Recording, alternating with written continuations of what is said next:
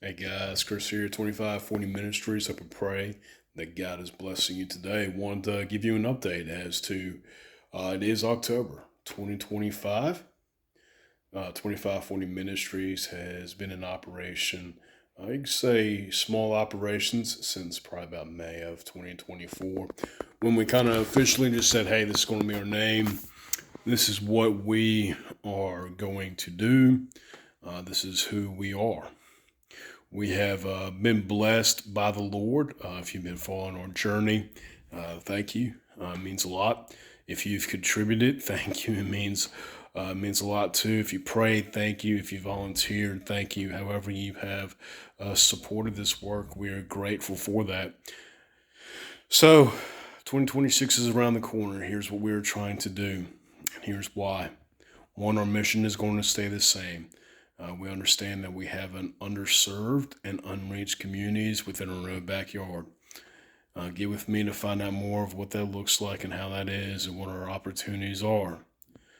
But we also want to take these opportunities that we are doing to be able to increase the resources to those ministries and to be able to expand them into different key areas. Now, in order to do that, and that's something I prayed about and in praying about. But I believe it is the right direction for us to go ahead, officially formalize, get our 501c3. I kind of dropped the ball with the state, about a year ago to get every paperwork I needed done. And that's on me. And really, the reason was I was praying through, hey, do we need to actually do this? Should we actually do this? So I'll tell you how it really came about with the idea to say, hey, get that 501c3. Part of the big vision of 2540 Ministries, again, is our unreached communities with the gospel.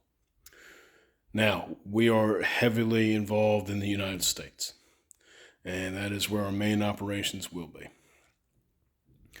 But one thing on the background, and I really can't speak much to it, is we do have a small, and I mean a very small, international presence.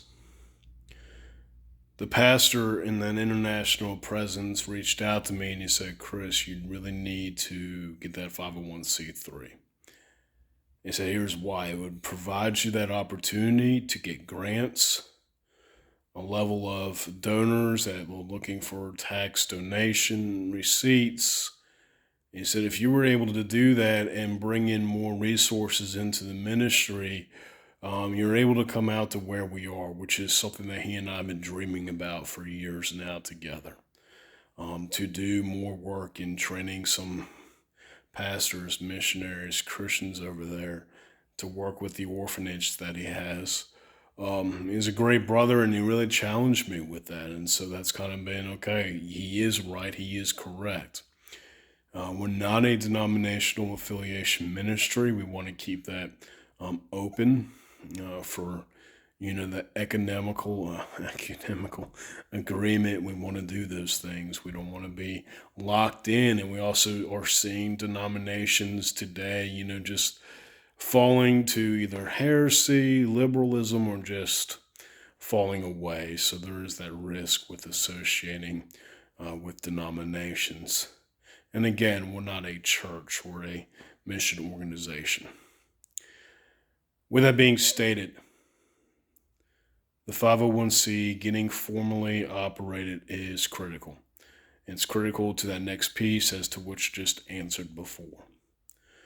Now, to do so, I think LegalZoom has a roughly 300 to 800, depending on everything that I do add there, to get that formalized. IRS to send this off, we wouldn't qualify for the 1023 AZ. We had to do the official 1023, which is about $600 to send off.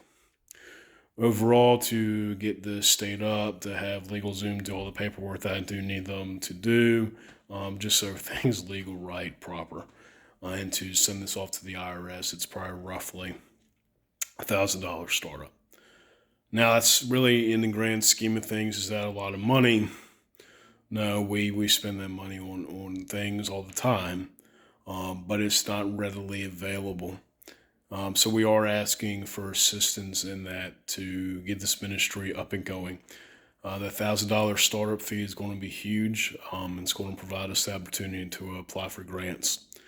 Go after donors that are saying, hey, we'll donate once you do X, Y, Z.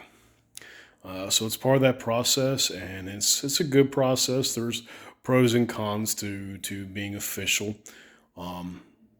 Again, that's not for this video, but I do believe that is the right move for 2540 Ministries. The other cost that we have that would be beneficial is about $5,000 a year. Now, how does that $5,000 a year get spread out? One, there is gas costs to picking up kids, going to sports camps, things of that nature, providing breakfast when we do. All that stuff costs money. Sports equipment needs to be replaced. We replace it. We buy it. Snacks, food, resources. It does take time. For our homeless population, hygiene bags are not free. Blessing bags are not free. The meals with Jesus are not free. We were able to get that down to about $50 to serve about 13 to 15 plates per week.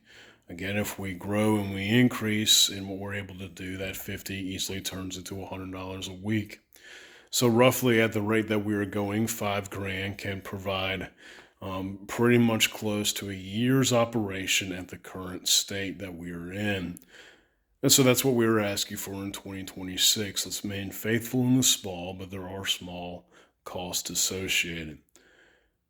If the Lord blesses with an increase, praise God for that. And then it's something that, hey, we understand. The more that is coming in, we praise God for that, and we use it rightly. So 2540 Ministries is active. It's alive. It's going. We're a very small operation. We're involved in a lot. Praise God for that, but it could increase the effectiveness. But to do so, it does require economical resources. So if you are willing to say, hey, we want to help start this up, please contact me. Let's talk. I'll talk with you more about what the ministry is, our future goals, how we're doing that. I think that's really the biggest updates on where we're going. I know you're not going to watch more than probably 5 minutes of this video, and it's been 7 minutes and 35 seconds. So I want to end this. I do appreciate you watching. God bless you. I'll have more updates as you need them. Thanks.